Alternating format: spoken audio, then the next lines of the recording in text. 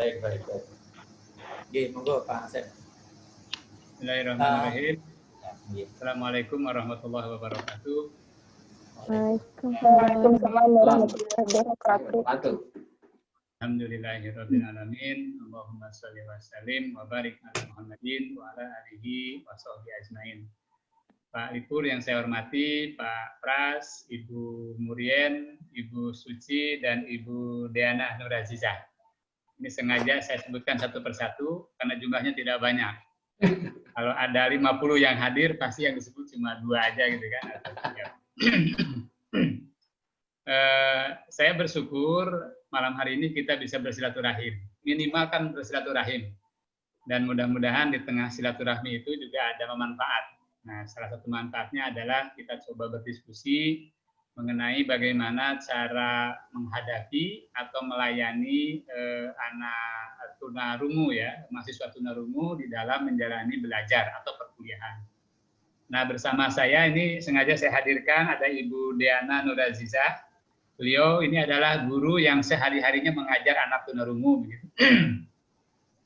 Kemudian Ibu Suci Nur Rahmawati juga beliau sehari-harinya guru mengajar anak berkebutuhan khusus dan juga beberapa di antaranya pernah mengajar anak-anak tunarungu. Minimal ada sharing pengalaman lah gitu kan bagaimana menghadapi mereka terutama dalam teknis pembelajaran. Nah, tujuan kita ini kan bagaimana kita menyelenggarakan pembelajaran yang aksesibel ya, artinya bisa diakses oleh tunarungu. Kemudian pembelajaran berjalan secara efektif. Karena saya khawatir karena mungkin kita kan belum biasa mengajar tunarungu, sehingga cara mengajar kita asumsinya kan semuanya sama begitu kan, seperti mahasiswa lainnya yang mendengar, sehingga kemudian terlupakan ya atau terabaikan gitu ada mahasiswa yang tunarungu sehingga mereka tidak bisa mengikuti pembelajaran secara efektif. Nah baik Bapak Ibu, tunarungu itu termasuk jajaran disabilitas ya. Jadi saya menyebut istilah disabilitas karena terminologi yang berkembang di masyarakat itu minimal ada 3 ya.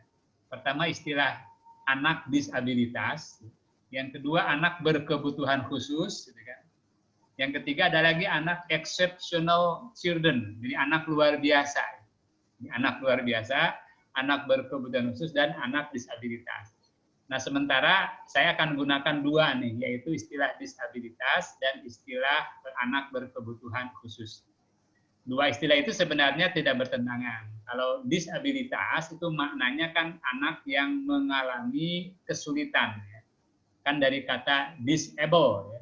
Artinya tidak mampu, ya, atau mengalami kesulitan atau mengalami hambatan, ya, di dalam melakukan aktivitas tertentu. Nah, karena dia mengalami hambatan, maka dia membutuhkan layanan yang khusus. Maka itu yang menyebabkan disebut anak berkebutuhan khusus gitu.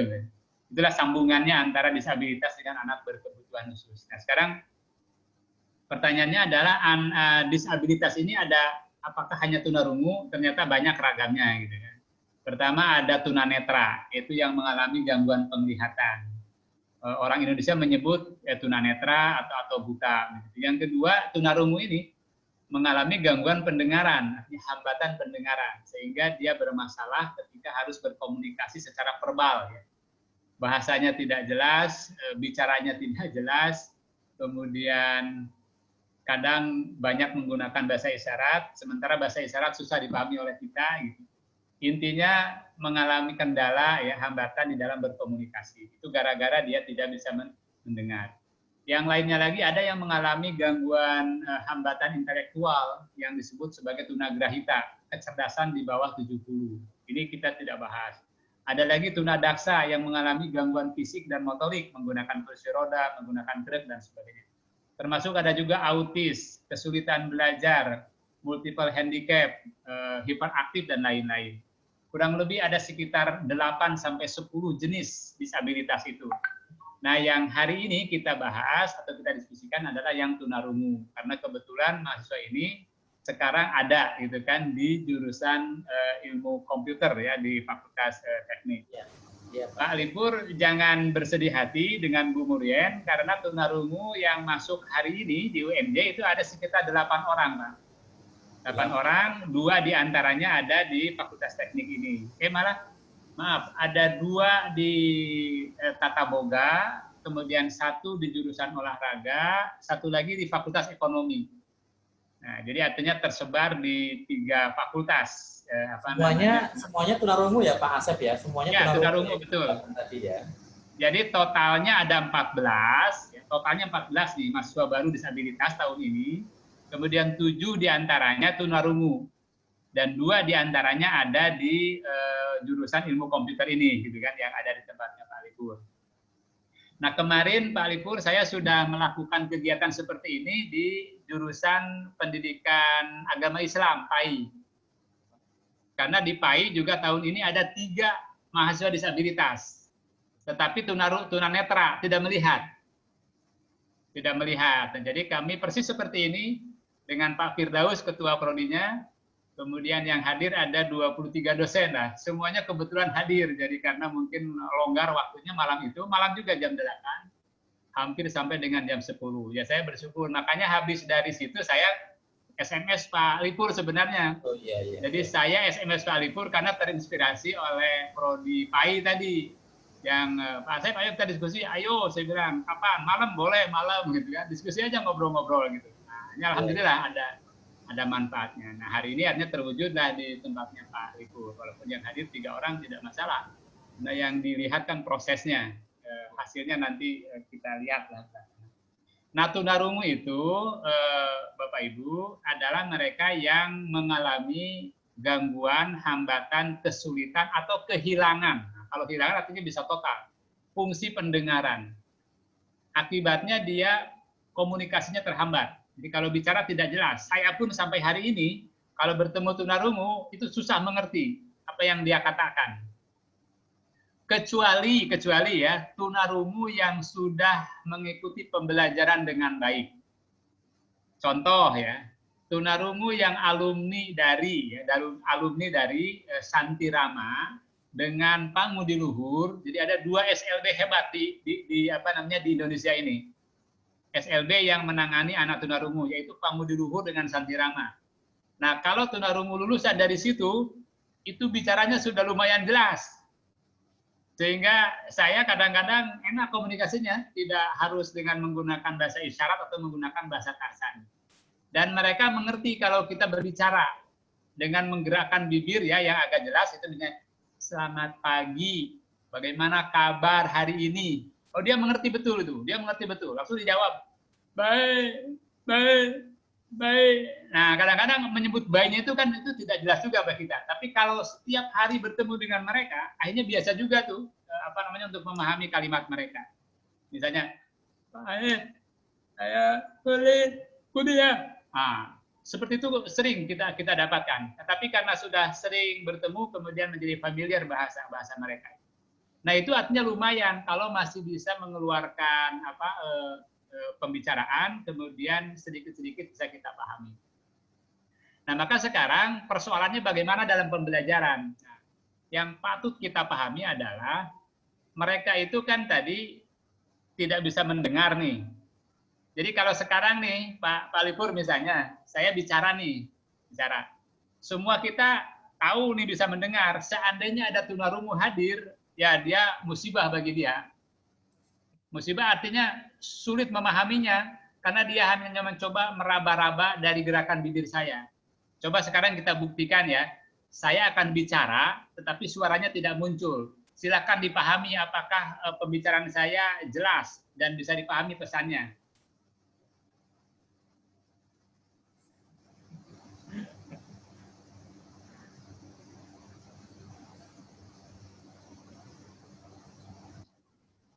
Nah, begitulah nasib tunarungu maksud saya ketika melihat dosen mengajar di Zoom gitu. Jadi dosen mengajar di Zoom, kemudian dia ikut hadir. Nah, seperti itulah nasibnya. Jadi demikian berusaha keras untuk memahami apa yang dibicarakan ini dengan melihat gerakan bibir. Maka kata kuncinya adalah pertama, gerakan bibir harus jelas nih ketika kita mengajar pakai Zoom. Kalau mengajar di kelas sih lebih mudah lagi. Maka saya sering selamat pagi misalnya. Apa kabar hari ini? saya akan membahas tentang pengantar ilmu komputer. Pertama, gerakan bibir jelas tuh. Yang kedua, jangan cepat-cepat. Saya pernah wawancara langsung dengan mahasiswa kita yang tunarungu, bilang, apa kesulitan Anda kuliah di UNJ? Itu Pak dosen kalau mengajar, pertama gerakan bibirnya tidak jelas. Jadi seperti orang makan ubi panas itu berkumur-kumur. Saya nggak bisa memahami apa itu gerakan bibirnya. Yang kedua, cepat katanya. Cepatnya susah itu. Bapak Ibu kan bisa menyaksikan tadi, kalau saya bicara cepat nih, tapi tidak ada suara, kan demikian susah memahaminya. Gitu. Nah, terus apa kalau gitu yang Anda inginkan? Yang saya inginkan Pak, katanya pertama, gerakan bibir jelas, satu. Yang kedua, bicara tidak terlalu cepat. Yang ketiga, dia minta apa? Ada tulisan. Katanya. Ada tulisan di situ. Jadi apa yang saya katakan, ada tulisan di situ. Nah, ini saya kira tantangan bagi Fakultas Teknik nih. Untuk menemukan aplikasi begitu, bagaimana ketika dosen ngomong gitu bicara, kemudian muncul tulisan di bawah. Saya berharap banyak betul ke Fakultas Teknik ini. Kalau ketemu nanti ini, itu bisa bermanfaat untuk semua tunarungu yang ada di UNJ ini. Nanti kita share ke Fakultas Teknik Olahraga gitu. Kami menemukan alat nih, misalnya software, kalau dosen bicara kemudian muncul tulisan di bawah. Itu sangat bermanfaat bagi mereka. Kemungkinan ketiga, menggunakan bahasa isyarat. Jadi artinya ada penterjemah tuh di bawah nih. Seperti kalau kita lihat berita di TV kan, ketika berita ngomong di bawahnya kan ada kotak kecil tuh. Kemudian dia menerjemahkan dengan menggunakan bahasa isyarat. Nah lagi-lagi saya menantang Fakultas Teknik ini, bisa nggak menemukan gitu software gitu, yang kalau kemudian dosen bicara, kemudian di sampingnya tuh ketemu tuh ada orang kecil gitu yang menggunakan bahasa isyarat begitu. Ayo kita teliti, nanti kolaborasi penelitiannya Fakultas Teknik dengan Fakultas Ilmu Pendidikan, jurusan pendidikan khusus. Nanti untuk menerjemahkan bahasa isyaratnya kita siap gitu kan. Kan setiap kata ada bahasa isyaratnya tuh. Termasuk petugas orangnya mungkin kita bisa siapkan mahasiswa yang sudah terlatih bahasa isyarat. Tinggal bagaimana itu dikombinasikan gitu kemudian dimunculkan menjadi satu kesatuan dengan dosen ketika bicara begitu. Nah, ini saya kira tantangan bagi kita. Nah, seandainya itu ditemukan, itu jauh bukan jauh lagi tapi jauh gitu, sangat bermanfaat untuk mahasiswa tunarungu itu. Ada teks keluar di bawah atau ada penterjemaah gitu dalam bentuk foto gitu di sampingnya itu. Maka dengan begitu ada beberapa solusi gitu yang sudah bisa kita tawarkan kepada mereka. Nah, kemungkinan lain adalah tadi kan ada teks, yang kedua ada penterjemah bahasa isyarat, kemungkinan lain adalah siapkan bahan tertulis begitu. Karena kelemahan tunarungu adalah mendengar. Maka semua stimulasi yang bersifat auditif itu akan bermasalah bagi mereka. Dan sebaliknya, segala sesuatu yang bersifat visual nih, termasuk foto, gambar, video, plus tulisan, paper gitu kan, buku kan tulisan itu sangat bagus untuk mereka. Berarti ini seandainya nih bermasalah di Zoom gitu, misalnya dosen belum bisa menghasilkan tulisan tuh yang ada di bawahnya dosen gitu, atau belum bisa menggunakan bahasa isyarat, apa solusinya? Siapkan materi ajar dalam bentuk tertulis dan berikan kepada dia sebelum perkuliahan dimulai begitu. Misalnya minggu depan ini akan membahas tentang pengantar ilmu komputer. Kita punya tulisan 5 lembar misalnya, atau 10 lembar gitu. Atau ada buku yang kita tahu judulnya, ada halamannya gitu, maka kita share ke dia. Wahai Ananda, tolong lihat nih buku pengantar ilmu komputer ya, halaman 30 sampai 40, silakan baca. Itu yang besok akan kita bahas gitu. Nah, maka dengan dia membaca lebih dulu, ketika kemudian hadir, walaupun tadi bibirnya itu kurang jelas begitu, minimal dia bisa meraba-raba. Oh, kelihatannya dia mengatakan sesuatu. Kenapa? Karena dia sudah baca tuh materinya di buku itu. Sama lah seperti kita misalnya kuliah orang Inggris gitu kan, TOEFL kita masih rendah gitu. Maka kita minta, coba tolong dong kirim dulu tulisannya dalam bahasa Inggris. Mungkin tulisan kita bisa bagus tuh kalau baca tulisan ya. Maka kita baca dulu tuh. Nah, ketika kemudian dosennya pakai bahasa Inggris berbicara, TOEFL kita rendah, vocab kita masih terbatas, kita masih bisa paham lah. Kenapa? Sudah baca duluan tuh apa yang dibaca, apa yang dijelaskan oleh mereka. Begitu kurang lebih analoginya tuh. Bagaimana tunarungu memahami apa yang kita sajikan. Jadi sebenarnya menurut saya sih simple ya, simple. Jika dosen punya niat yang tulus begitu untuk membantu mahasiswa itu, maka dia akan melakukan beberapa cara gitu untuk membantu supaya mereka belajar efektif. Minimal tadi bisa munculkan tulisan, bisa menghadirkan penterjemah, atau kalau tidak bisa juga, maka kita siapkan bahan secara tertulis.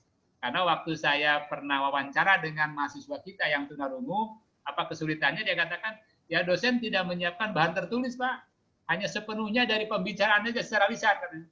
Saya agak terbatas kan memahami itu. Akhirnya sedikit sekali yang bisa mereka dapatkan dari pembicaraan yang disampaikan oleh dosen. Nah, apalagi sekarang nih di era COVID ini, itu tantangannya era COVID ini. Kemarin, Bapak Ibu, ini informasi saja.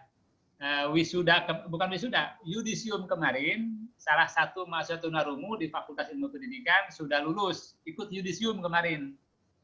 Nah, waktu mau yudisium, dia tanya kepada saya, Pak, bisa nggak menyediakan namanya JBI, Juru Bahasa Isyarat. Nah, jadi juru bahasa isyarat adalah salah satu kebutuhan khusus bagi tunarungu. Tidak, insya Allah kita siapkan. Jadi selama yudisium itu ada sambutan dekan, gitu kan, ada acara. Kita siapkan juru bahasa isyarat JBI. Walaupun kita harus bayar, tidak apa-apa. Jadi ada yang menerjemahkan menggunakan bahasa isyarat, karena kita belum sanggup tadi menghadirkan tulisan. Akhirnya mereka bisa mengikuti secara efektif. Karena setiap yang diucapkan oleh dekan, oleh pembawa acara, itu kemudian diterjemahkan oleh JBI ini, kemudian bisa dipahami, bisa dilihat oleh anak tunarungu. Nah, JBI juga ke depan mungkin dibutuhkan Pak Lipur ketika misalnya ujian sidang. Ya. Kalau perkuliahan biasa mungkin kalau dia membutuhkan JBI, boleh kita nanti bisa bantu gitu ya. Kalau waktu perkuliahan, tetapi minimal dalam momen-momen yang sangat penting ya, seperti sidang skripsi, kemudian ada seminar gitu kan, ada yudisium, ada wisuda, bisa kita bantu untuk menyediakan JBI tadi, juru bahasa isyarat. Tetapi kalau dalam perkuliahan harian, syukur-syukur dia masih bisa sendiri lah gitu kan. Nanti kalau mengalami kesulitan tuh dalam mengerjakan tugas, memahami materi, jangan sungkan-sungkan menghubungi tim relawan. Karena di UNJ sudah dibentuk tim relawan pendamping disabilitas. Jumlahnya kurang lebih ada 20-30 orang lah.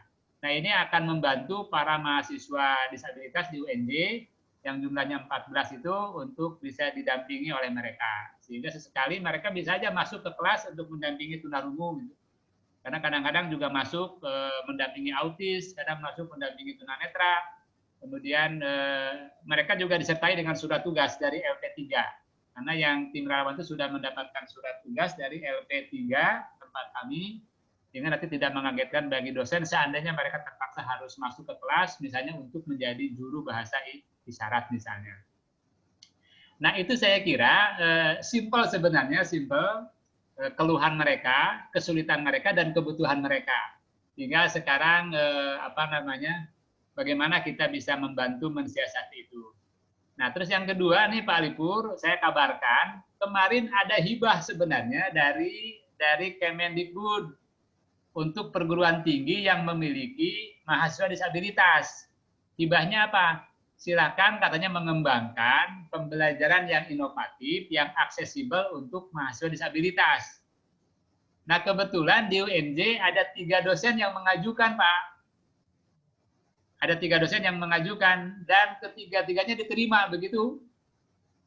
Diterima hibah itu. Jadi mereka tugasnya sekarang apa? Dalam hibah itu mengembangkan pembelajaran online, ya. Mengembangkan pembelajaran online, artinya online learning, belajar jarak jauh yang aksesibel untuk disabilitas. Mungkin tunanetra, mungkin tunarungu yang mereka pilih. Nah, yang dapat itu adalah 2 dosen di jurusan kami, pendidikan khusus, dan 1 dosen di jurusan bahasa Inggris. Nah, karena yang bahasa itu mengajar disabilitas yang yang di MKU, yang mengajar bahasa Inggris. Nah, nanti mudah-mudahan model yang dikembangkan oleh dosen-dosen ini gitu karena mendapatkan hibah, mungkin nanti bisa kita adopt gitu, bisa kita bisa ikuti, bisa kita tiru, sehingga semester depan gitu atau semester ini gitu kita bisa dan mengembangkan model pembelajaran online jarak jauh yang kemudian bisa diakses oleh tunarungu. Sebenarnya prinsipnya sederhana yang tadi itu. Bagaimana ketika Zoom ada tulisan gitu kan, atau ketika Zoom kemudian ada penterjemah, itu intinya. Kalau tidak juga kembali ke rumus tadi, berarti pembelajarannya dilakukan mungkin melalui sistem yang asinkronus itu, diberikan tugas, kemudian komunikasi melalui chatting. Karena kalau chatting mereka canggih itu, cepat kita baca, kita balas. Dia tulis lagi, kita balas. Tapi jangan coba-coba, seringkali lupa, kita telepon dia. Kita telepon, ring, dia nggak angkat itu, diangkat juga hahu-hahu, kita nggak ngerti. Paling dia SMS, Pak, kami tunarungu, kami nggak dengar, jadi di chatting saja. Oh ya di chatting. Nah, kalau chatting itu oke, bagi mereka memadai. Jadi mungkin belajar menggunakan Google Classroom yang melibatkan chatting, kemudian komunikasi tertulis, tugas-tugas tertulis, itu masih aksesibel untuk mereka, artinya masih oke. Cuma nanti tolong diperhatikan juga, Bu Murien, itu banyak tunarungu, itu yang bahasa tulisnya juga masih bermasalah. Jadi struktur kalimatnya itu sering ketukar-tukar, masih kacau gitu. Misalnya, Ibu membeli membeli buku di pasar. Itu bisa saja menjadi Ibu membeli pasar di buku atau membeli ibu pasar membeli buku gitu. Jadi sering strukturnya itu ketukar-tukar. Ini karena bahasa tulis kan bagian dari bahasa. Kan dia mengalami problem bahasa. Bahasa itu kan bisa bahasa lisan, bisa bahasa tulis. Nah, maka beberapa tunarungu yang belum terlatih waktu di SMA-nya itu sering problem. Tetapi kemarin saya menemukan tunarungu mahasiswa UNJ yang jurusan seni rupa itu bagus banget itu, bahasanya juga keluar agak bagus, tulisannya juga bagus, dan dia termasuk berprestasi di seni rupanya, berprestasi. Karena saya mendapat laporan dari Ibu yang seni rupa itu ada Pak Endra, ada Ibu Cut Kamaril, ada Ibu satu lagi tuh, dia cerita ini bagus nih, namanya Erwin. Sekarang sudah lulus dan sekarang dia sudah mengelola namanya Kopi Tool. Malah buka kafe ya, namanya Cafe Tool. Jadi Kopi Tuli itu bagus sekali orangnya, kreatif. Nah, kemudian ini jadi yang langganan di UNJ itu yang suka menerima ya disabilitas tunarungu setiap tahun adalah pertama tata boga, hampir setiap tahun tata boga. Kemudian seni rupa, kemudian olahraga, kemudian teknik sebenarnya. Kalau teknik itu seperti desain grafis, kemudian teknologi komputer, itu kalau di perguruan tinggi lain itu sudah biasa familiar. Sudah biasa familiar, karena itu sifatnya visual. Jadi tunarungu kalau menghadapi yang visual tuh seperti tadi video, foto, gambar, desain gitu kan. Kemudian yang bersifat motorik begitu, itu mereka nggak ada masalah. Tapi ketika udah harus mendengar, harus berbicara, nah baru. Kan programmer kan tidak harus banyak bicara, sebenarnya kan diam aja tuh ngoding begitu terus. Cuma nanti kalau ada kebakaran dikasih tahu kebakaran dia mungkin nggak dengar gitu kan. Nah itu persoalan lain saya kira. Kita harus menciptakan sistem bagaimana membuat alarm gitu yang tidak berbunyi tetapi menggunakan sinyal seperti cahaya gitu kan, warna merah dan lain-lain. Tetapi umumnya yang bersifat visual, motorik itu cocok untuk mereka, termasuk di teknik ini. Saya tidak pernah menganjurkan tunarungu untuk kuliah di jurusan bahasa Inggris misalnya kan, atau jurusan itu tidak, karena dia membutuhkan kemampuan untuk mendengar dan untuk berbicara. Nah itu mungkin sekedar pengantar saja Pak Libur dari saya dengan teman-teman.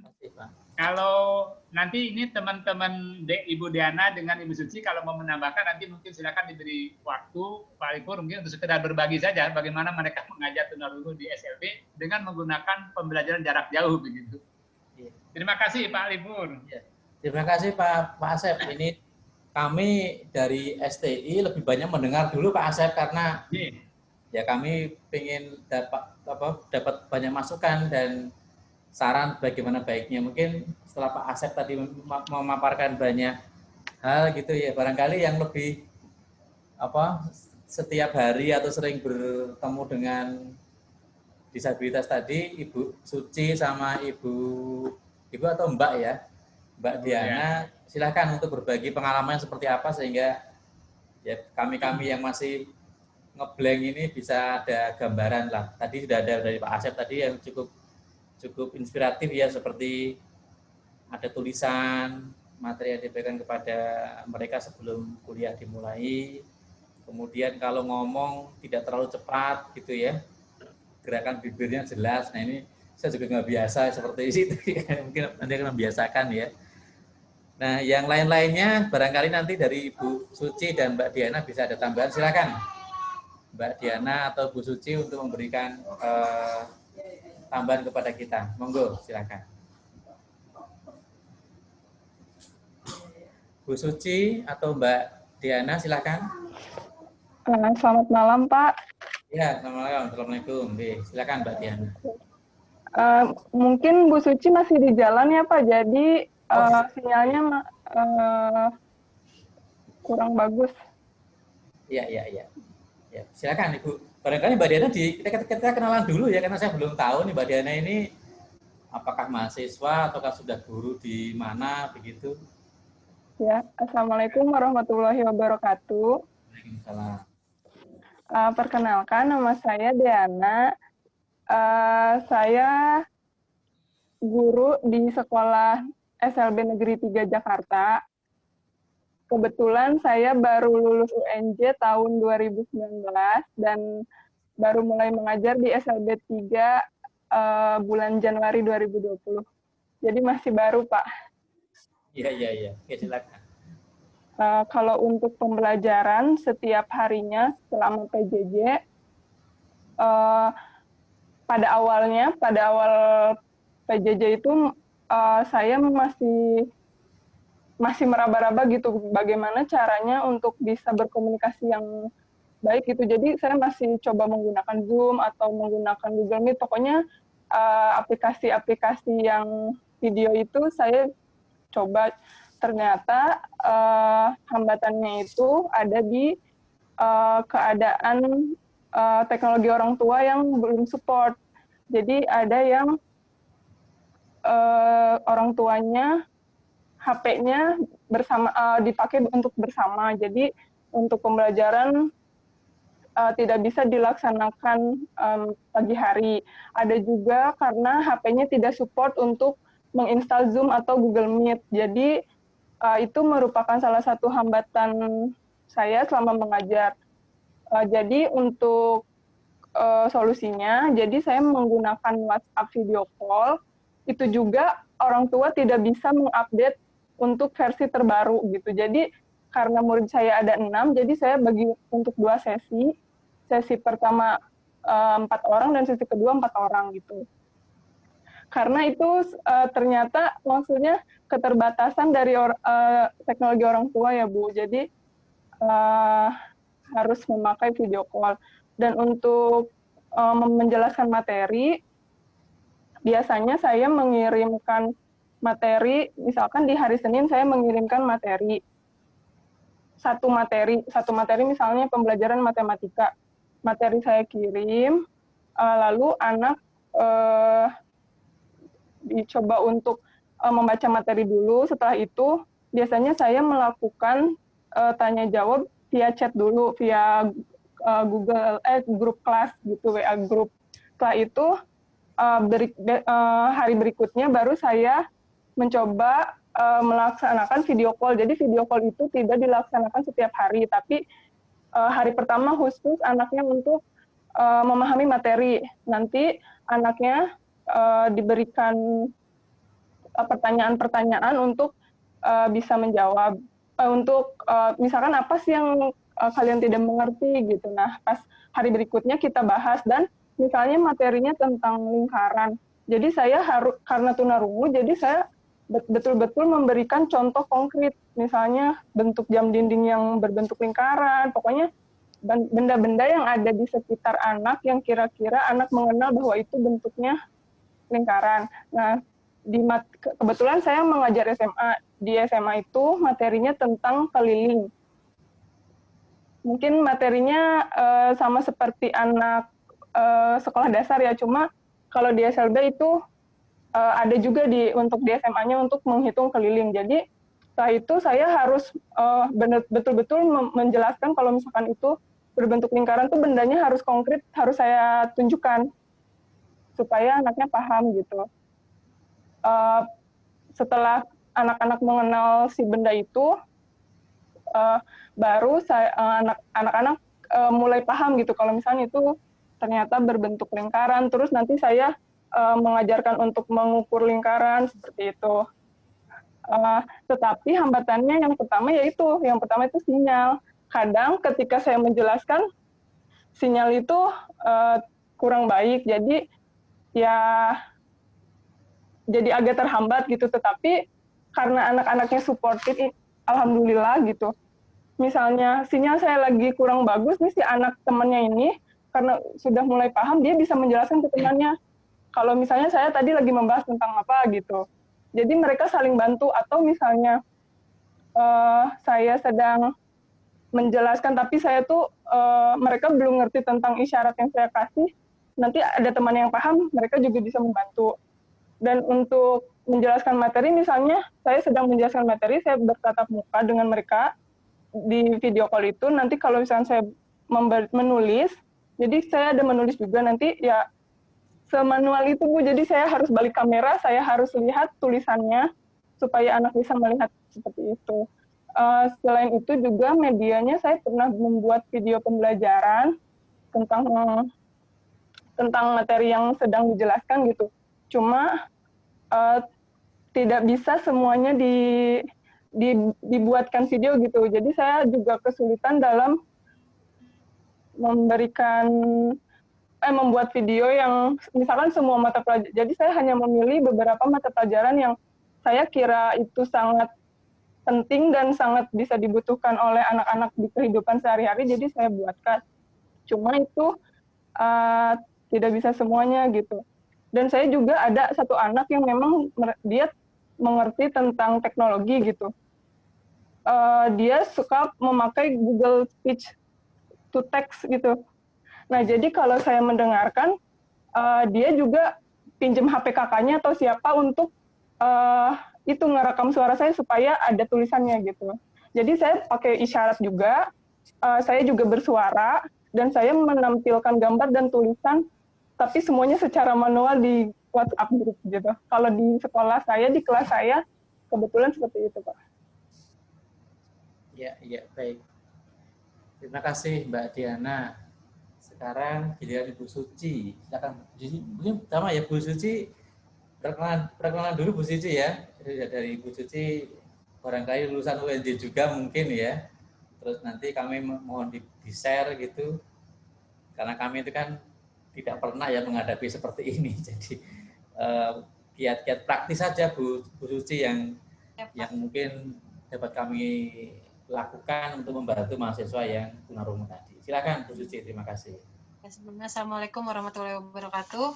Waalaikumsalam warahmatullahi wabarakatuh. Saya Suci Nur Rahmawati. Saat ini saya mengajar di SDN Rambutan 01, Sekolah Inklusif. Tahun lalu anak saya ada yang baru lulus, kelas 6, ada anak tunarungunya. Saya juga lulusan pendidikan luar biasa dulu tahun 2013. Terus sudah lumayan lama mengajar anak tunarungu selama 6 tahun yang lalu. Kebetulan tahun ini memang tidak ada anak tunarungu, tapi kalau tadi saya menyimak Pak Asep, sebenarnya sudah lengkap ya kiat-kiat mengajar anak tunarungu di jenjang perkuliahan terutama gitu.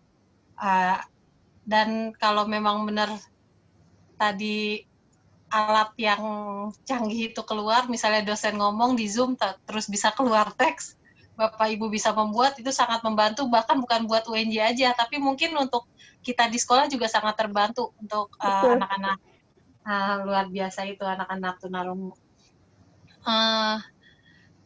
Benar sih tadi kata Bu Diana juga, kita mengajar bisa dengan tadi menyiapkan materi dulu, di-share ke anak tunarungunya terlebih dahulu, jadi anak ini sudah membaca ya, teman-teman mahasiswa ini, apalagi teman-teman mahasiswa biasanya sudah lebih paham, lebih mandiri belajarnya gitu. Jadi bisa mempelajari dulu, baru dosennya besok menjelaskan materi yang sudah diberikan duluan gitu. Karena memang dia kan tadi yang dibilang Pak Asep butuh waktu lebih untuk memahami bahasa. Kalau dikasihnya berbarengan, dia akan kesulitan saat itu juga. Jadi ya mungkin Bapak Ibu dosen harus lebih mengayomi dulu, dikasih dulu materinya, lalu bisa itu sama. Nggak beda jauh sih Pak, saya paling itu aja kalau misalnya mengajar, karena tadi sudah lengkap semua sih sama Pak Asep kiat-kiatnya tuh. Dan yang paling kalau misalnya tadi alat, sebenarnya benar kata Bu Diana, anak-anak tunarungu setahu saya yang mahasiswa yang saya kenal, kalau dia ikut webinar, sebelahnya itu sudah ada handphone pasti untuk mengartikan kata-kata pembicaranya. Nah, cuma yang perlu diperhatikan tadi kata Pak Asep, pelan-pelan ngomongnya sama jangan cepet-cepet, karena alat itu juga kan butuh waktu untuk loading tuh. Kalau dosennya ngomongnya kecepatan, mungkin nggak tampil juga di situ, ada yang terlewat gitu. Jadi kalau mau gampangnya ya Bapak Ibu bisa menyarankan mahasiswanya memiliki aplikasi itu dan berbicaranya lebih teratur lagi, itu yang paling mudah sih gitu. Dan memberikan materi di awal untuk supaya saat Bapak Ibu menjelaskan, anak ini sudah paham. Jadi oh iya dia bisa bertanya dulu dengan orang tuanya atau teman sebayanya gitu. Itu sih Pak paling yang bisa saya sampaikan. Tambahan sedikit. Ya, baik. Terima kasih Bu Suci. Ini Bu Suci dan Bu Diana dua-duanya alumni UNJ ya? Ya, betul Pak. Betul ya. Ya, oke. Saya mahasiswanya Pak Asep, Pak. Sama Pak. Oh, kalau Ibu Suci ngajar di mana? Saya di SDN Rambutan 01, Pak. SDN Rambutan 01. Oh, iya. Negeri ya Bu Suci ya? Iya, negeri Pak. Sekolah umum, tapi di dalamnya ada anak-anak berkebutuhan khusus, sama kayak UNJ Pak, inklusif. Oke. Kalau Mbak Diana di? Saya mengajar di SLB Negeri 3, Pak. SLB Negeri 3. Itu ya. apa? Setingkat SMA atau SMP? Di SLB Negeri itu ada dari mulai tingkat SD, SMP, dan SMA. Oh, oke. Ya, dan semua kekhususan ada di situ, Pak. Oke, baik. Terima kasih. Baik, ini sekali lagi saya kenalkan dulunya, ada Pak Pras ini. Pak Pras yang bajunya warna apa ya, merah kuning itu ya Pak Pras. Kemudian yang satu lagi Pak Fuad, itu yang latarnya putih, itu Pak Fuad. Kemudian ada Bu Murian. Nah kami ini ya sekali lagi belum pengalaman, jadi mungkin tadi saya sarikan saja ya. Tadi dari Pak Asep sama Ibu Suci dan Mbak Diana tadi, itu pertama itu gerakan bibir harus jelas kalau kita mengajar. Kemudian kalau berbicara tidak terlalu cepat, yang juga mungkin pembiasaan ya. Kemudian ada tulisan yang menyertai setiap kali kita memberikan kuliah, harus disampaikan ya kalau dia sebelumnya itu. Kemudian kalau diperlukan pada momen-momen penting seperti sidang, seminar, memang harusnya ada juru bahasa isyarat tadi kata Pak Asep ya, JBI. Kemudian yang terakhir tadi untuk yang dengan siswa saat pandemi ini, tadi kesulitan dari Mbak Diana sampaikan, HP-nya harus yang betul-betul tidak dipakai bersama dengan yang lain ya, dan dengan sinyal yang cukup kuat. Baik, sementara itu yang dapat saya rangkum. Nah, sekarang saya beri kesempatan kepada Bapak Ibu dosen, Pak Pras, Pak Fuad, dan Bu Murian. Apakah ada yang mau ditanyakan atau yang mau di-sharing pengalamannya, silakan. Mas Pras, Pak Fuad, dan Bu Murian. Silakan, monggo.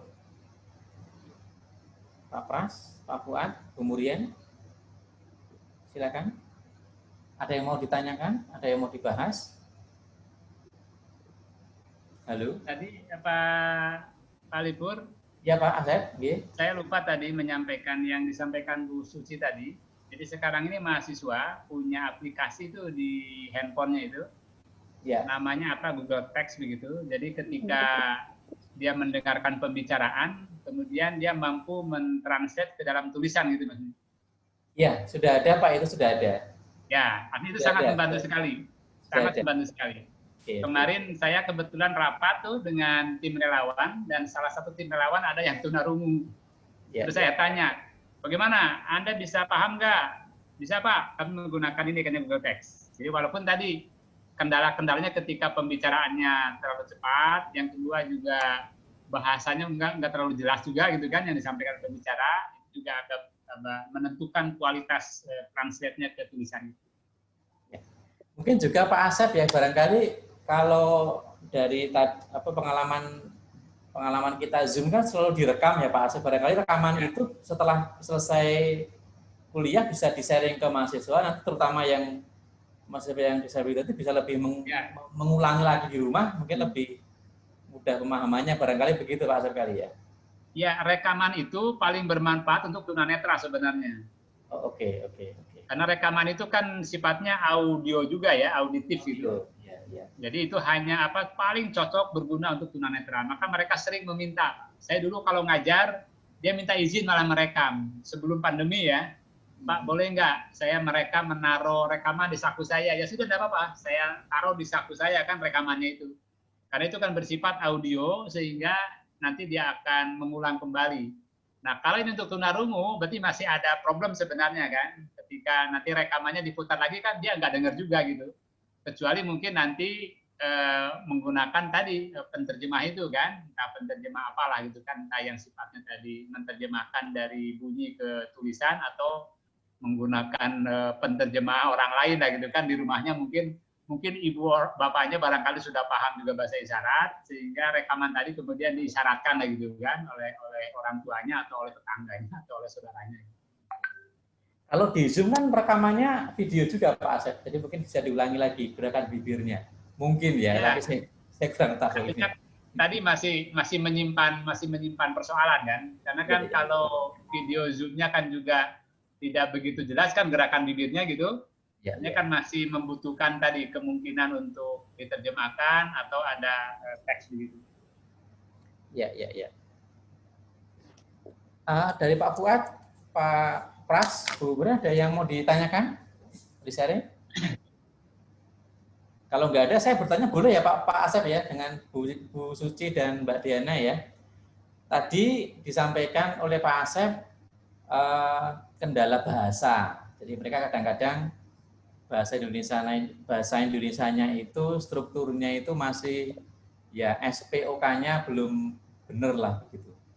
Nah, kira-kira kalau pengalaman Bapak dan Ibu di mengajar untuk yang khusus ini, bahasa Inggrisnya bagaimana Bapak Ibu? Karena di komputer ini kami banyak sekali akan menggunakan istilah bahasa Inggris. Kalau diterjemahkan ke bahasa Indonesia malah jadi aneh, emang harus bahasa Inggris menggunakannya begitu. Apalagi bahasa pemrograman, itu kan semuanya bahasa mesin ya, menggunakan bahasa Inggris. Nah, apakah kira-kira kalau anak-anak yang tunarungu ini kemampuan bahasa Inggrisnya sudah cukup bagus atau bagaimana? Silakan, mungkin di pengalaman Bapak Ibu seperti apa? Terima kasih. Ya, pertama itu kalau sifatnya tulisan itu masih relatif bisa dikuasai dengan baik. Hanya saja tadi tergantung seberapa dia mempelajari itu ketika waktu di SMP atau di SMA-nya. Karena di SMP dan SMA kan juga ada pelajaran bahasa Inggris tuh untuk para tunarungu itu. Nah, kalau dia cukup intens dan cukup berbakat di situ, maka insya Allah akan baik juga. Jadi kalau bahasa Inggris seperti kita saja, di antara kita kan juga ada yang bahasa Inggrisnya bagus, ada yang kurang bagus. Jadi itu kan sangat dipengaruhi oleh seberapa intens kan dia belajar gitu kan di masa lalunya gitu menguasai itu. Nah jadi kalau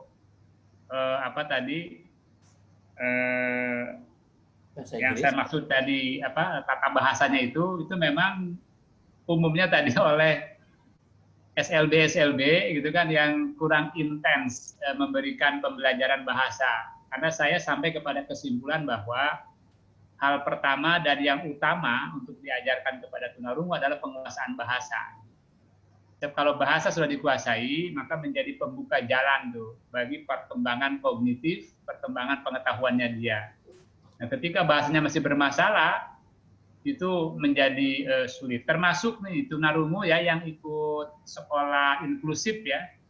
Misalnya anak tunarungu SD nih masuk ke sekolah umum gitu ya, SD umum gitu. Itu kalau bahasanya belum berkembang itu juga berat. Berat karena apa? Guru bicara dia tidak mengerti, dia bicara juga orang lain tidak mengerti gitu kan.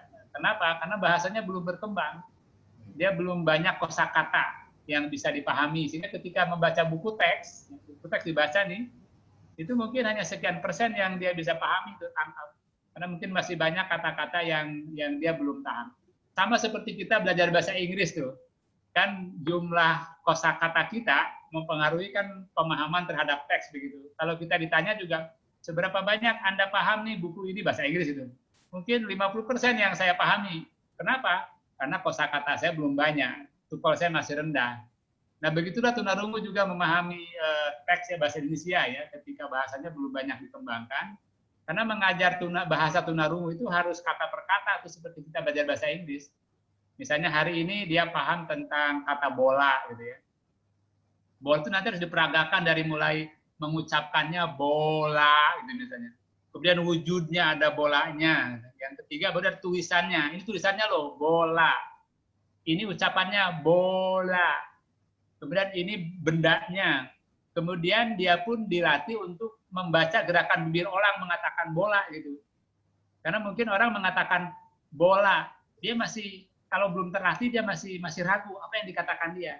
Karena kan bola bisa sama dengan apa ya? Dengan bola atau apa yang mirip-mirip gitu kan? Gitu Pak. Bowl, mangkok Pak. Bowl, mangkok. Iya. Jadi artinya ada kemungkinan banyak ragam. Maka melatih mereka itu tadi coba ucapkan gitu kan. Bola. Kita katakan belum tepat. Nanti ketika bola, nah ketika sudah mendekat kita katakan bagus. Itu pun kan dengan simbol kita pertegas kan dia nggak ngerti juga kita katakan bagus. Hanya pertahankan itu gitu kan terus sampai situ. Nah, nanti kemudian itu kata per kata begitu bisa dibayangkan. Jadi mengembangkannya itu berdasarkan kata per kata, vocabnya itu. Nanti kalau semakin banyak dipahami, maka dia semakin mudah untuk memahami bacaan ya buku teks gitu ya. Tapi itu pun bermasalahnya. Kita mendapati gini misalnya, Pak. Kita mengajarkan tentang kembang misalnya. Kita ajarkan kata kembang. Ini kembang. Kita tunjukkan tuh kembang. Kemudian kita katakan kembang sama dengan bunga misalnya. Wujudnya ini, tulisannya ini, bunyinya ini kembang. Tapi suatu hari ketika dia membaca buku, dia mendapati tulisan Indonesia negara berkembang. Nah kan beda tuh kata kembang dengan berkembang di situ, negara berkembang. Sementara dia sudah memahami kata kembang. Apakah itu sama gitu kembang yang kemarin itu dalam bentuk bunga itu dengan negara berkembang? Jangan-jangan dia membayangkan negara Indonesia negara berkembang berarti banyak bunganya gitu berkembang. Nah, karena kalau sudah berkembang itu kata abstrak, itu tidak mudah tuh untuk diajarkan kepada tunarungu. Tapi kalau mengajarkan kata-kata yang benda, kita bisa menunjukkan wujud konkretnya. Jadi kata-kata yang abstrak seperti sedih gitu kan, galau, kecewa misalnya. Iman gitu kan, kufur gitu misalnya, cinta, benci itu tidak mudah itu menjelaskannya gitu kepada mereka karena tidak ada objek yang bisa menggambarkan kata-kata itu gitu. Harus dengan penjelasan tadi. Maka ketika bahasa lainnya sudah berkembang maka bahasa-bahasa lain nanti menjadi cantelan gitu kan untuk bisa menjelaskan bahasa-bahasa berikutnya. Nah itulah, saya berharap nanti mohon ditelusuri Pak Lipur yang 2 anak ini dari mana background-nya dulu. Ya, baik. Kalau dari Pamudi Luhur atau Santi Rama, oke lah, saya kira itu sudah tenang lah. Artinya bahasanya relatif bisa loh. Tapi kalau dari SLB negeri, itu agak berat juga SLB negeri itu. Ini bukan menunjuk Ibu Diana ya, Ibu kan baru saja masuk kan baru setahun itu.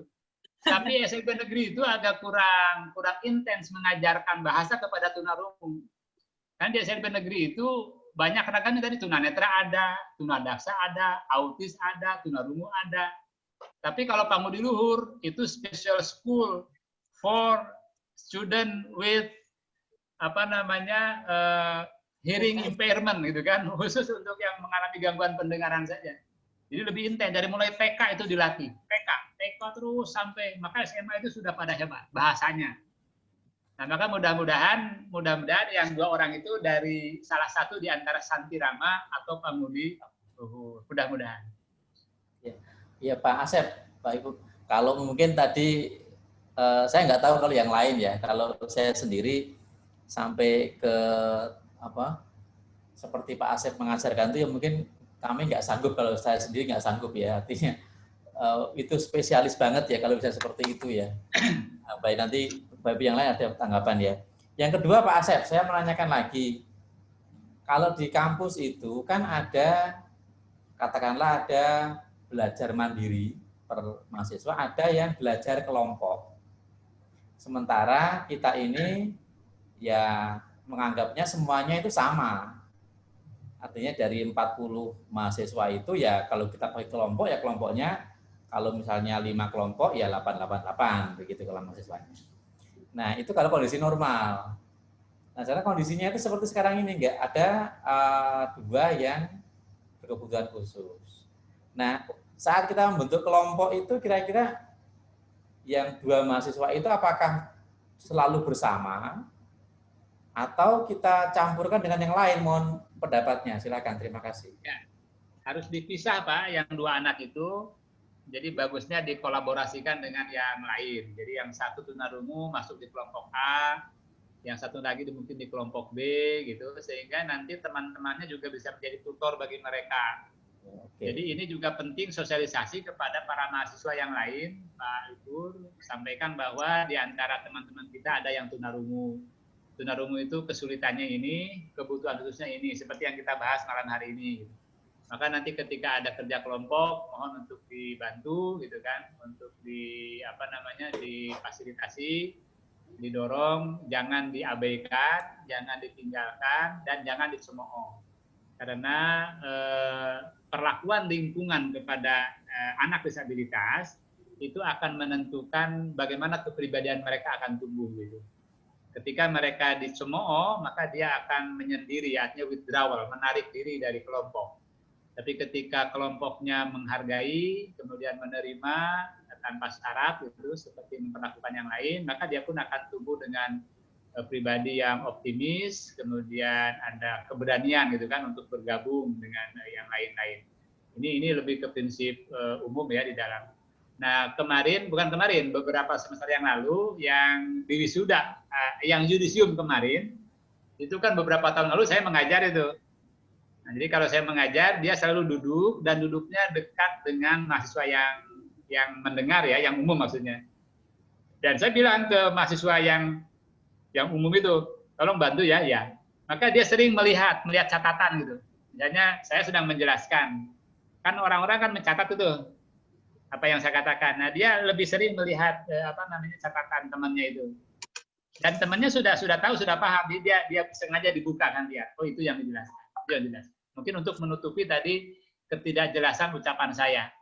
Jadi saya pun terkadang luput juga begitu kan, ketika sedang mengajar bersemangat itu kan, terus kadang-kadang lupa diri bahwa di situ ada tunarungu gitu. Maka dia kemudian sering kadang-kadang tetapi begini, saya hampir beberapa waktu gitu tanya ke dia, paham? Gitu. Paham?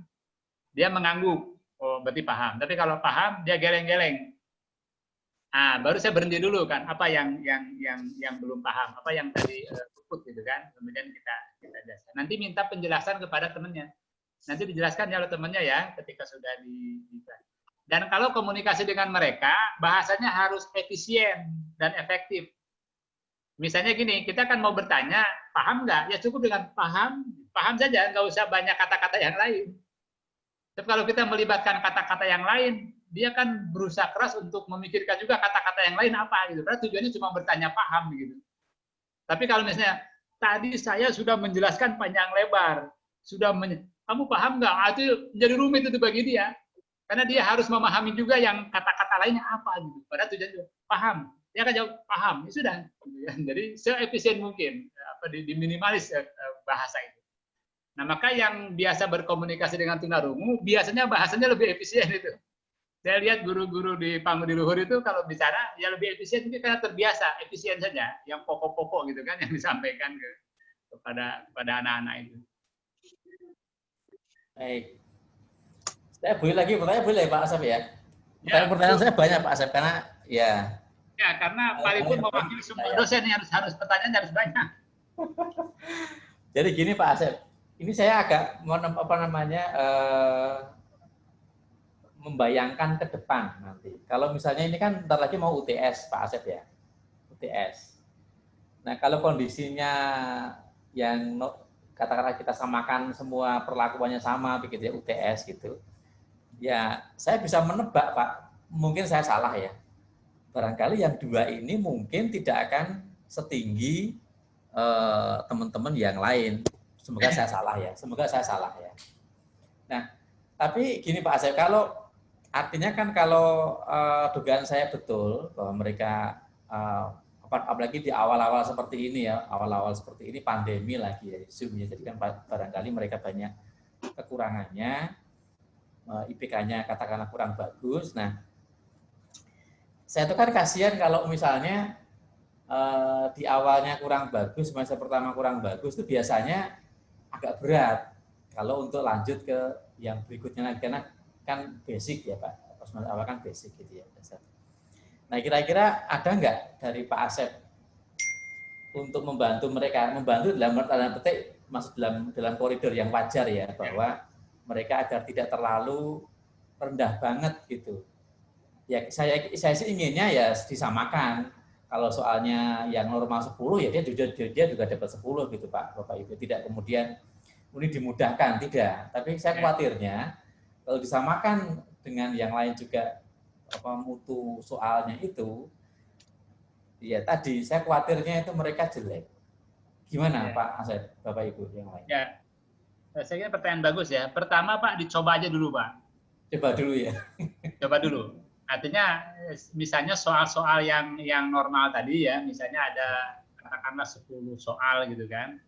Dicoba saja nih sebelum ujian misalnya. Jadi bertahap nih misalnya konsep-konsep yang harus dikuasai gitu kan sampai dengan pertengahan semester gitu. Misalnya ada katakanlah 7 konsep gitu kan, atau ada 7 kompetensi gitu misalnya. Dicoba saja tuh, dijajagi gitu kan, kita sampaikan secara tertulis. Kemudian kita minta respon dia akan jawaban secara tertulis. Seperti apa tuh hasilnya gitu kan, kualitasnya dan sebagainya. Nah ini bagian dari assessment namanya Pak. Jadi kita sejak awal sudah paham nih, sudah tahu.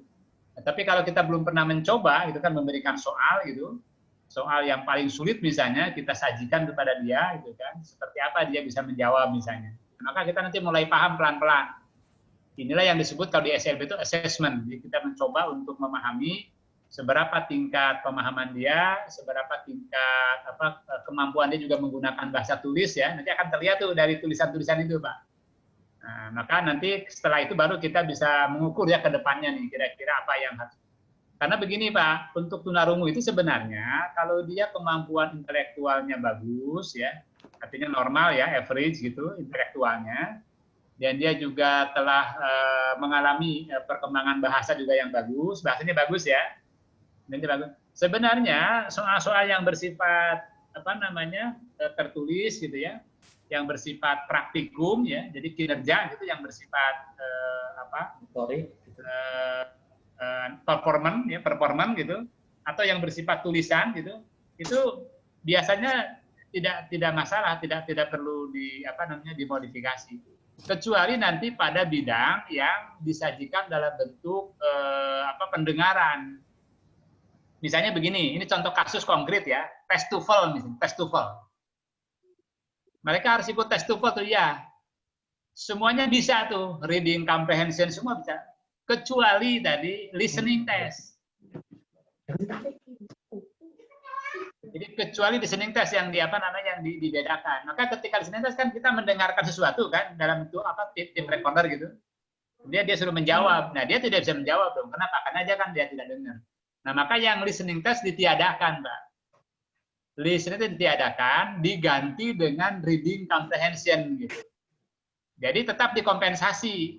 Jadi kalau soalnya semuanya 100, maka yang apa namanya, misalnya yang listening ada 10 soal, maka yang listening itu diganti dengan reading comprehension, sehingga tetap soalnya sama jumlahnya 100, tetapi diganti oleh yang bersifat pemahaman. Jadi kalau sifatnya membaca konsep, itu mestinya Pak, secara umum ya teorinya itu masih bisa, kecuali yang bersifat listening. Nah, maka untuk memastikannya, apakah mereka juga bisa, tentu kan tergantung tadi, tergantung kapasitas intelektualnya juga bagi dia, tergantung juga kapasitas bahasanya. Maka menurut saya dicoba-coba dulu nih Pak, sebelum UTS itu kasih misalnya tugas seperti mirip UTS gitu kan, soal-soal gitu. Kemudian kita analisis hasilnya.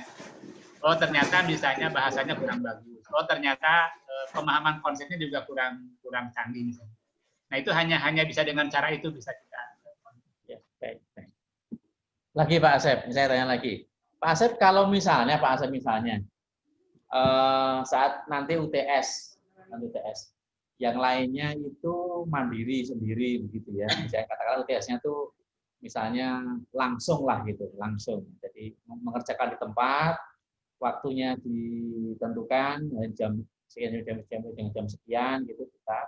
Nah kalau misalnya yang tunarungu tadi itu kita bolehkan didampingi dengan orang tuanya atau yang lain itu masih wajar nggak Pak Asep?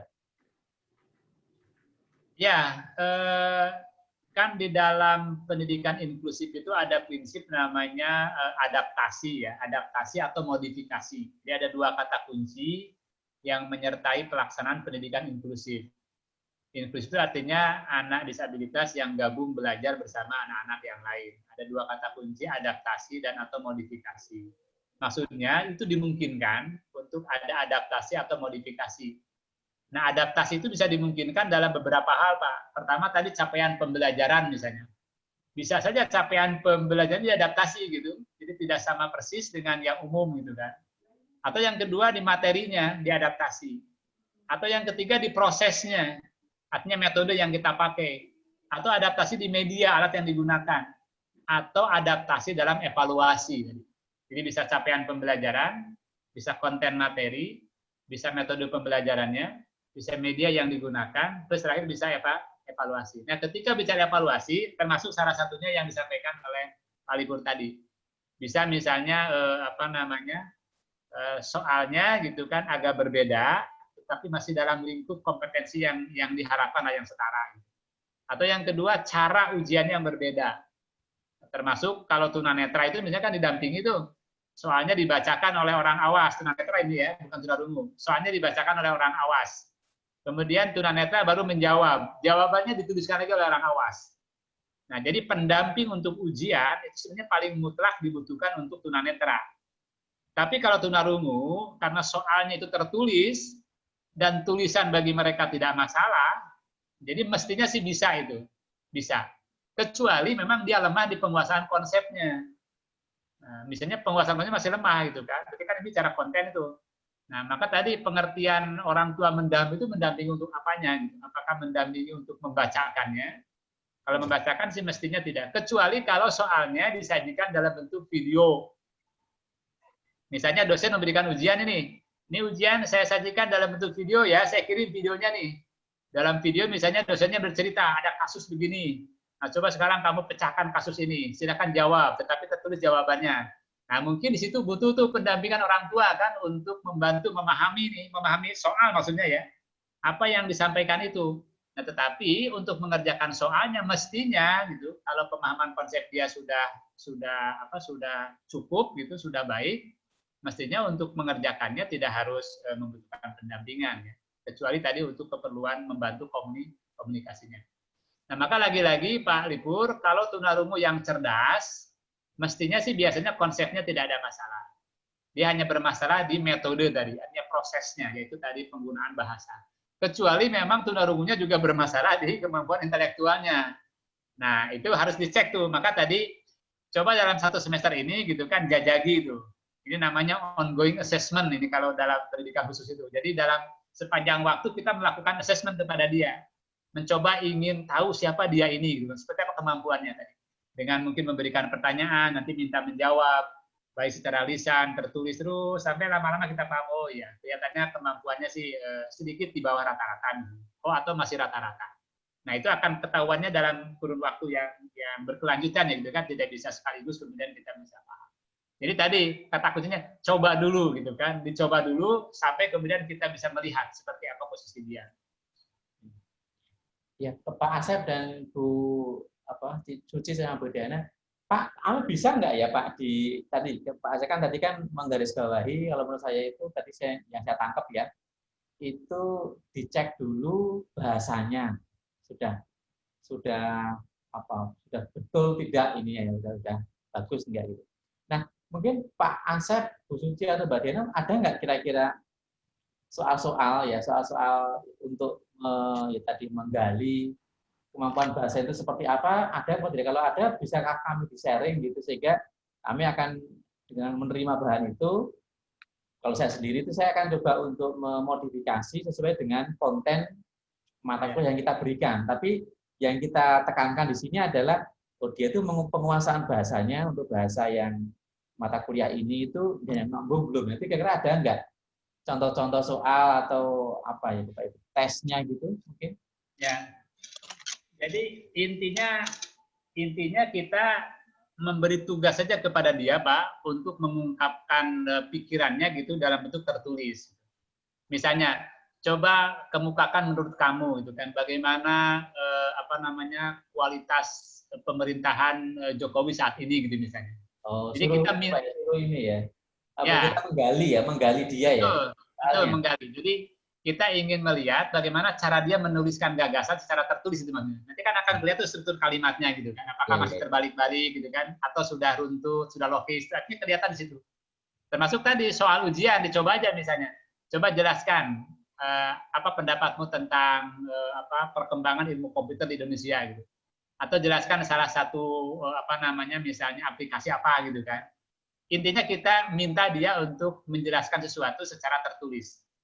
Nah, nanti kan bisa ketangkap pertama penguasaan kontennya gitu kan, benar atau tidak. Tapi yang kedua kan penggunaan bahasanya gitu maksudnya. Nah, itu kalau kita sering tuh memberikan tugas kepada dia untuk mengungkapkan itu, nanti akan kelihatan. Oh iya, masih terbalik-balik gitu. Ini contoh kasus kemarin yang di Tata Boga tuh. Tata Boga. Kan sekarang juga ada di Tata Boga tuh satu orang. Kemarin saya sudah ngobrol dengan Pak Cucu. Kenal Pak Cucu kan ya? Iya, tahu. Tata Boga. Nah, kebetulan dia mengajar juga. Ceritalah semalam itu. Semalam ketemu malam kemarin. Karena dia sudah terbiasa sejak dulu mengajar, jadi nggak ada masalah. Cuma dia cerita tadi, itulah Pak. Yang satu ini bahasanya ini katanya agak rancu gitu kan kalau menulis gitu maksudnya. Tapi yang satu ini bagus tuh, struktur bahasanya sudah logis gitu kan, sudah benar. Artinya menggunakan bahasa Indonesia yang baik dan benar lah gitu kan. SPOK-nya. Tapi yang satu lagi masih agak rancu. Nah, itu kembali tadi ke personal lah ya, personal pengalaman dia, proses dia mungkin selama ini kan di dalam pembelajaran sebelum masuk ke UNJ. Nah, maka nanti ketika misalnya kita mendapati ada satu mahasiswa kita yang struktur bahasanya kurang bagus, maka nanti bisa direkomendasikan Pak untuk belajar menulis gitu kan. Bisa direkomendasikan belajar menulis. Mungkin nanti ngobrol dengan orang tuanya, Bu, coba dilatih gitu kan untuk mengungkapkan bahasa secara baik dan benar dalam bentuk SPOK. Ya. Pak Asep, kalau misalnya nanti ini, mohon maaf kalau saya agak mendahului ya, semoga saya salah ya. Tapi misalnya nanti tadi saya tertarik dengan kita memberikan pertanyaan yang memancing mahasiswa tadi untuk berpendapat, mengungkapkan secara tertulis gitu ya. Nah, kalau misalnya tulisannya kurang bagus, apakah di UNJ ada kayak kelas khusus gitu Pak Asep untuk melatih mereka supaya bahasanya lebih lancar menulisnya gitu Pak? Apakah ada di UNJ? Kalau tadi misalnya hasil dari yang kita berikan itu menurut kita masih kurang lah begitu. Ya. Selama ini belum sih Pak. Selama ini belum ada. Tapi mungkin nanti bisa dijajaki dengan tim relawan barangkali Pak. Oh, tim relawan. Kontaknya ada Pak Asep, kontaknya tim relawan ada Pak atau dengan siapa? Ya, nanti saya berikan ketua timnya. Oke, baik, terima kasih Pak. Namanya Anissa. ketua tim relawannya. Sama Itu dengan mahasiswa ketua atau- prodi. Mahasiswa, Mahasiswa, Pak. Oh, mahasiswa. Oke. Jadi relawan ini dari berbagai fakultas, tapi sebagian besar dari jurusan pendidikan khusus. Nah, ini Baik. yang berfungsi mendampingi mereka, termasuk dari mulai awal registrasi dulu, termasuk waktu ujian masuk, kemudian registrasi, kita minta coba didampingi. Kan data sudah ada, saya dapat dari Pak Agung ya, Pak Agung ketua apa namanya? Ketua penerimaan mahasiswa baru. Admisi. Admisi.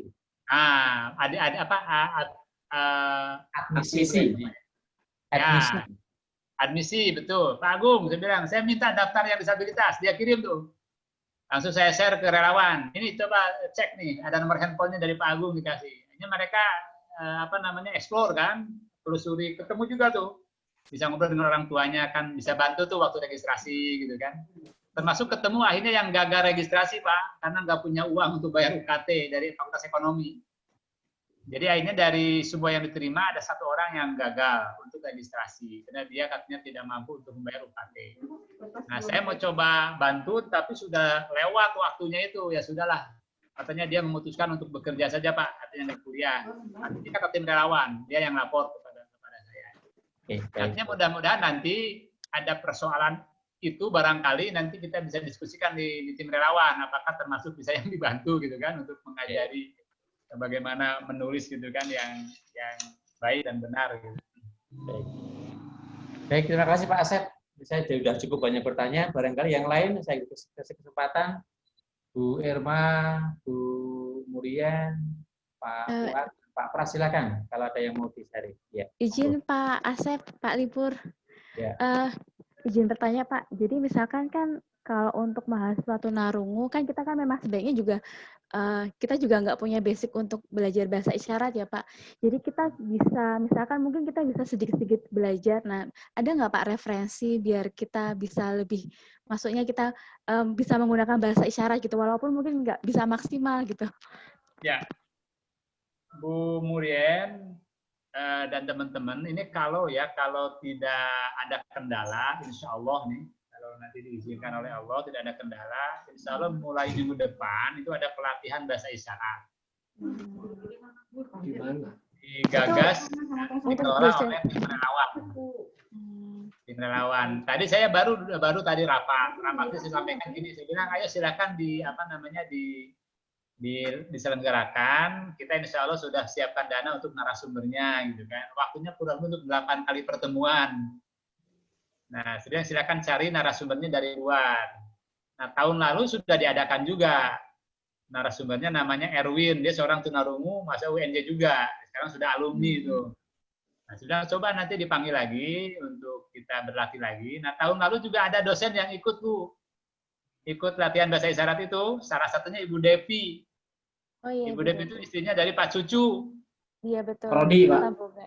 Ya, Ketua Prodi sekarang. Betul. Nah, dulu ikut juga tuh latihan bahasa isyarat. Nah, jadi silakan tanya ke Bu Devi itu. Nah, kalau besok misalnya terjadi lagi, Ibu silakan kalau mau berminat. Itu kan pakai Zoom nanti pelatihannya. Kita lihat saja kan bagaimana simbol-simbolnya. Nanti akan ada juga simbol tertulis, akan dipraktekkan, ada praktek untuk ngobrol gitu kan dan seterusnya. Baik, berarti dosen kita bisa ikut ya Pak? Bisa mengikuti ya? Bisa. Oke, Nah, dulu juga dosen ada yang ikut, mereka senang sekali, sudah ayo ikut aja bareng-bareng dengan mahasiswa. Oke, terima kasih Pak Asep. Nah, nanti saya kasih nomor telepon ketua tim relawan, namanya Bu Anissa, mirip seperti ketua prodinya PTB ya, Bu Anissa juga.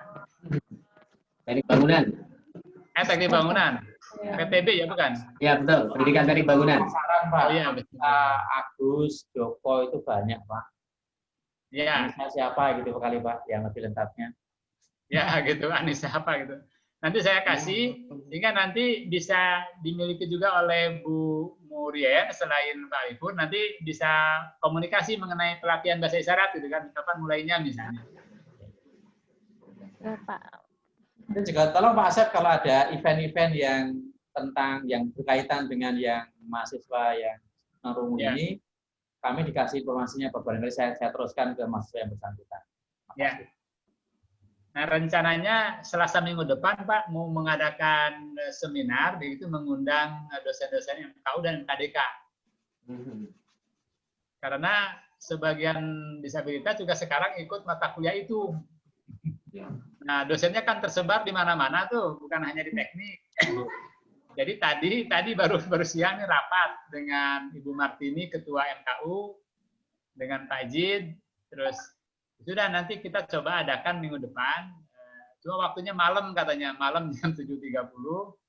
Kita undang saja melalui Zoom gitu siapa yang berminat untuk isinya tadi mengenai strategi pembelajaran untuk menghadapi disabilitas. Tetapi nanti umum, baik tunanetra, tunarungu, autis, dan macam-macam lah gitu kan. Itu mungkin akan mudah-mudahan juga ini bisa berjalan insya Allah. Tapi tadi sudah disepakatinya di minggu depan kan. Nah kalau jadi nanti link Zoom-nya juga akan saya kirim ke teman-teman di sini, ke Pak Ripur mungkin. Ya, makasih Pak Asep. Mungkin yang lain ada lagi yang mau disampaikan atau yang dari Bu Suci atau Mbak Dian juga ada yang mau disampaikan, silakan saja. Kami banyak Pak Fuad, mana Pak Fuad? Iya Pak Fuad juga silakan Pak Fuad. Ibu Irma, apa ini ada penampakannya Bu Irma ini? Iya, Pak. Oh ada ya, ada. Tadi saya ragu-ragu itu Bu Irma bukan karena tidak ada penampakan. Sekarang ada. Monggo silakan yang lainnya ada. Ya, makanya belum banyak berinteraksi Pak Asep, saya juga datanya masih sedikit. Ini kondisinya seperti ini pandemi sekarang. Nanti kalau komunikasi dengan mereka kemudian sampai mentok itu nggak nyambung ya ditulis saja gitu. Misalnya saya ngomong dia nggak ngerti-ngerti, dia ngomong juga saya nggak ngerti, tulis saja apa maksudmu, tulis nih. Oh ya, oh itu maksudnya. Nah itu sudah paling ujung itu apa namanya komunikasi. Ya.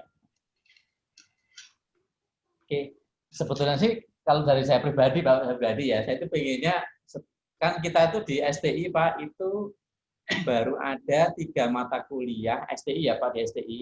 Ya 3 semester ini 3 mata kuliah yang dosen-dosen STI mengajar. Kalau yang lainnya itu kan masih ikut MKU sama yang lainnya Pak, yang apa namanya dari luar prodi. Kalau yang prodi baru 3.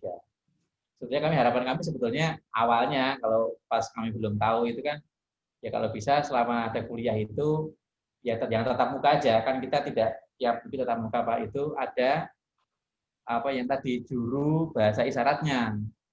Itu ternyata relawannya mungkin ya terbatas, jadi mungkin kami lebih memberdayakan kepada kemampuan kita untuk ya menyesuaikan lah, memberikan modifikasi khusus untuk yang mahasiswa tunarungu tadi. Kira-kira gitu. Yang lainnya silakan ini, yang kan selain saya ada Pak Pras, ada Pak Fuad yang mengajar mata kuliah yang diikuti oleh mereka. Silakan.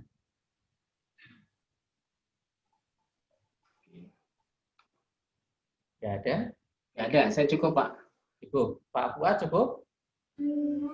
Saya sebenarnya ada ide sih sebenarnya, cuman saya juga masih meraba-raba. Jadi untuk kuliah menggunakan Zoom ini bisa dialternatifkan menggunakan apa namanya? Tapi ini lebih ke pengajaran satu arah sih lebih tepatnya, kayak menggunakan live streaming di YouTube. Jadi kan tadi kalau tidak salah dari Bu Diana ya, kalau tidak salah ada permasalahan siswa yang handphonenya punya orang tuanya lah, yang begini-begini lah. Itu kan di YouTube ada alternatif, bisa istilahnya kalau bermasalah dari data diturunkan resolusinya seperti itu. Kemudian setelah itu bisa ditambahkan juga teksnya itu dengan menggunakan ini untuk streamer di YouTube ini menggunakan OBS. Nah ini digabungkan dengan speech test. Pembicaranya berbicara secara live, ini teksnya bisa langsung muncul seperti itu. Cuman ini memang saya masih meraba-raba, saya juga belum melakukan aplikasikan karena kekurangannya itu dari satu arah pembicaraannya. Jadi nggak 2 arah seperti menggunakan Zoom. Tapi kedepannya mungkin nanti kalau misalkan bisa berjalan, kita bisa diskusikan lagi sih, saya sharing-sharing lagi seperti itu. Mungkin itu aja sih. Pak Fuad, Ya. ayo kita teliti yuk. Nanti tahun depan itu jadi gitu, sehingga nanti bermanfaat untuk dunia dan akhirat ini. Kalau bisa, mungkin saya nyambung Pak Fuad, izin Pak Lipur, Pak Asep. Yes. Kalau tadi Pak Fuad itu kan streaming ya, atau direkam atau streaming untuk bisa muncul speech to text itu tadi. Kalau memang itu bisa streaming, yang pakai OBS tadi, kita kan Zoom ini juga bisa di stream langsung. Artinya mahasiswa kalau nanti ada kendala masalah di sini, kurang paham dan sebagainya, dia bisa lihat ulang di rekaman YouTube-nya begitu. Kalau memang sudah ada teks speech to text tadi, dia bisa mengulang lagi. Nah, kalau memang itu sudah Pak Fuad sudah pernah coba, saya juga akan melakukan seperti itu. Sementara ini kan saya hanya Zoom saja. Memang belum saya record gitu. Kalau di record nanti saya upload ulang harus pakai subtitle gitu, ya agak nambah waktu gitu. Tapi kalau sudah nyambung tadi dengan OBS dan sebagainya, nah mungkin saya bisa niru tuh kalau memang itu bisa dilakukan. Jadi langsung kita ngomong di record streaming YouTube. Anaknya nanti setelah selesai pun hasil streamingnya YouTube kan masih ada tuh di YouTube. Nah, bisa diulang disetel ulang begitu. Kemudian tambah speech to text itu kan ditambah. Iya Pak. Itu tadi kan seperti yang usulnya Pak Lipur tadi kan, jadi merekam. Ya saya kira itu. Apalagi tadi hasil rekamannya ditambahkan tadi teks gitu kan, itu lebih hemat begitu. Cuman yang otomatis kalau Pak Fuad ada Pak Fuad yang otomatis tadi langsung speech to text lagi langsung. Ada nggak Pak Fuad?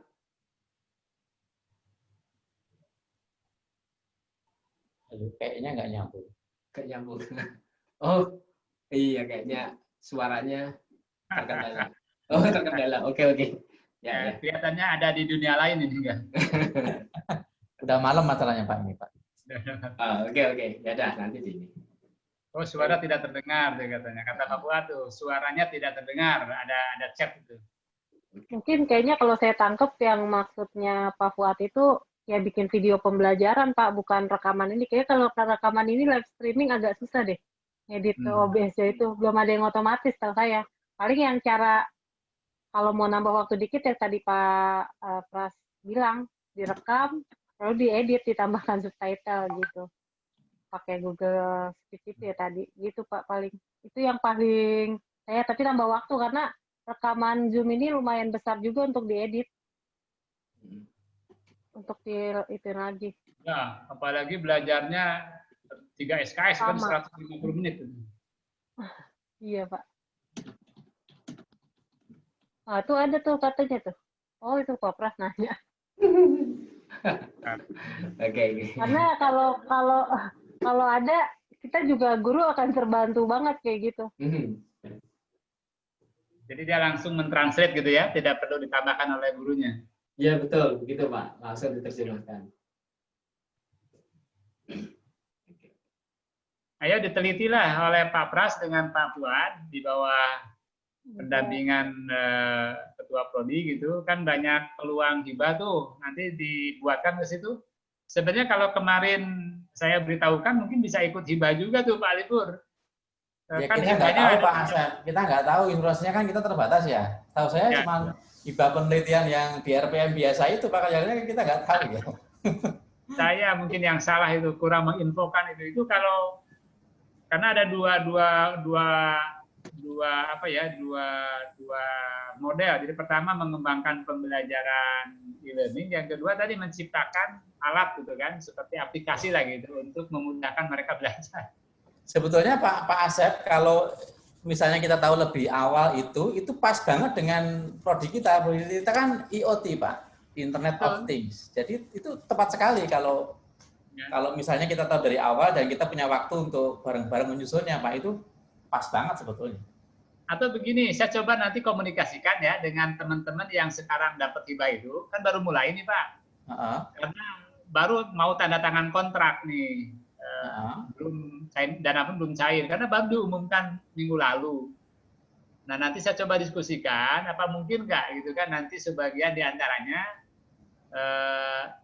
tadi kan mereka akan mengembangkan pembelajaran online kan, kemudian bisa nggak itu tadi ide tentang apa speech to text gitu kan bisa dimasukkan gitu kan, dengan bagaimana caranya gitu maksudnya Pak Lipur. Nanti kita bisa bareng-bareng tuh kerjasama gitu di hibahnya itu. Artinya kan mudah-mudahan dengan dana hibah yang ada kan bisa apa ya, bisa terbantu lah gitu kan untuk memikirkan ini atau mengembangkan walaupun nggak banyak gitu. Ya, ya monggo Pak, monggo Pak. Tapi kalau penelitian kan ya Pak jangan dipaksakan untuk ikut ya Pak, karena yang utamanya yang targetnya mereka dulu supaya apa namanya tercapai targetnya. Kalau masih bisa ya silahkan aja, tapi kalau tidak ya, mungkin tahun depan kita udah siap, lebih siap Pak untuk membuat apa proposalnya ya kayak ini. Dan ini sifatnya bukan penelitian memang, tapi lebih ke pengembangan inovasi pembelajaran itu. Nah itu Pak, udah Pak, kalau itu gampang Pak. Kalau penelitian itu kan warnanya kan jurnal Pak, kalau itu kan warnanya kan paling produk ya Pak ya. Ya produk betul. Produknya bisa nggak begitu, menurut saya nggak begitu. Ya, kalau bagi saya lebih berat membuat jurnal gitu, udah bikin produk. Ya. Jadi produknya hanya e-learning atau tadi ada aplikasi itu kan yang bisa membantu disisipkan ke e-learning gitu misalnya. Iya, baik. Ya mungkin tahun depan Pak Asep kalau Bapak masih ada lagi program seperti itu, nah mohon dibantu kita untuk di-share lebih awal Pak Asep, terima kasih. Nah ini manfaatnya lah silaturahmi malam ini. Jadi kemarin saya sudah hampir buntu menawarkan ke siapa lagi. Saya sudah munculkan di forum Prodi Pak Lipur tawaran ini. Pak Asep, saya kan termasuk awal loh saya ya Bapak Asep, saya kebingungan nih ada 2 mahasiswa atau gimana caranya, saya bingung gitu. Oke Pak Asep, terima kasih waktunya, dan Ibu Suci dan Mbak Diana. Sekarang sudah jam berapa ini? Sudah jam 9. Saya kira sudah cukup untuk malam ini kita berdiskusi. Sudah banyak masukan yang saya terima terkait dengan hal yang praktis ya, karena kita sama sekali lebih ke aplikabelnya seperti apa untuk menghadapi mahasiswa-mahasiswa yang tunarungu tadi. Saya mengucapkan terima kasih yang sebesar-besarnya kepada Pak Asep, Bu Suci dan Bu Diana. Jangan kapok, lain kali kita minta lagi kalau kita ada hal yang butuh bantuan, karena ini kan kita baru pertama kali dan kita belum tahu yang kita hadapi seperti apa. Pasti akan menemukan banyak hal-hal yang baru lagi setelah nanti kita sekian lama berinteraksi. Pak Asep kok begini, gimana caranya ini, atau Bu Suci begini, gimana caranya. Pasti kami akan minta bantuan lagi dan mohon kesediaannya untuk membantu kami selama membimbing mahasiswa yang memiliki kekurangan tadi. Dan sekali lagi kalau dari kami yang kurang tepat, ini kami ada berenam tapi belum semuanya hadir, ya mohon maaf Pak Asep dan Bu Suci dan Mbak Diana, barangkali kesibukan dan waktu yang tidak memungkinkan untuk mereka bisa bergabung malam hari ini. Sekali lagi terima kasih, semoga yang kita diskusikan menjadi manfaat untuk kami semua, menjadi pahala untuk Bapak Ibu semua sharing kita malam hari ini. Sekali lagi terima kasih, selamat malam, Assalamualaikum warahmatullahi wabarakatuh. Tetap sehat selama pandemi ini, semoga pandemi tetap berakhir di Indonesia ini. Terima kasih Pak. Pak Fuad, bisa dipoto nggak Pak Fuad ini? Oke. Ya, di screen capture. Ya, Pak Fuad juga mohon dimunculkan videonya. Nah, ya. 1 ya, 1, 2, 3. Oke, saya coba ulang lagi. Sebentar Pak, saya simpen. Itu sampean background-nya bisa muter-muter tuh gimana caranya itu? Pakai komputer yang mahal Pak, kalau yang murah nggak bisa Pak. Saya murah. 1, 2, 3. Oke. Nanti Pak Lipur share ke Pak Asep ya. Siap. Ya, nanti saya mau laporan ke Pak Jin, nanti ini sudah Oke. Apa namanya? Baik, terima kasih Bapak Ibu semuanya, selamat malam. Sekali lagi tetap jaga kesehatan, semoga pandemi kita dapat melewatinya dengan aman. Terima kasih, selamat malam. Bentar, ini ada rekaman Pak Lipur ya? Ya, ada. Rekamannya ada Pak, nanti biasanya kita share di YouTube-nya Prodi Pak. Oke. Nanti saya hanya itu aja akan kasih ke Pak Ajit kan di sana Ya, di LPK. nanti linknya akan saya share ke Bapak Asep nanti dan Ibu Suci sama Mbak Diana kalau saya dapat nomornya. Makasih. Terima kasih Ibu, Bapak Ibu. Bu Diana ya. Ya. Ya Pak, sama-sama. Makasih sharingnya. Saya juga Ya, dapat terima ilmu. kasih Bapak Ibu semuanya. Selamat malam. Oke. Ya, selamat malam. Mas Asep, terima kasih. Assalamualaikum. Assalamualaikum. Matur nuwun Bapak Asep semuanya. Waalaikumsalam. Pak Asep.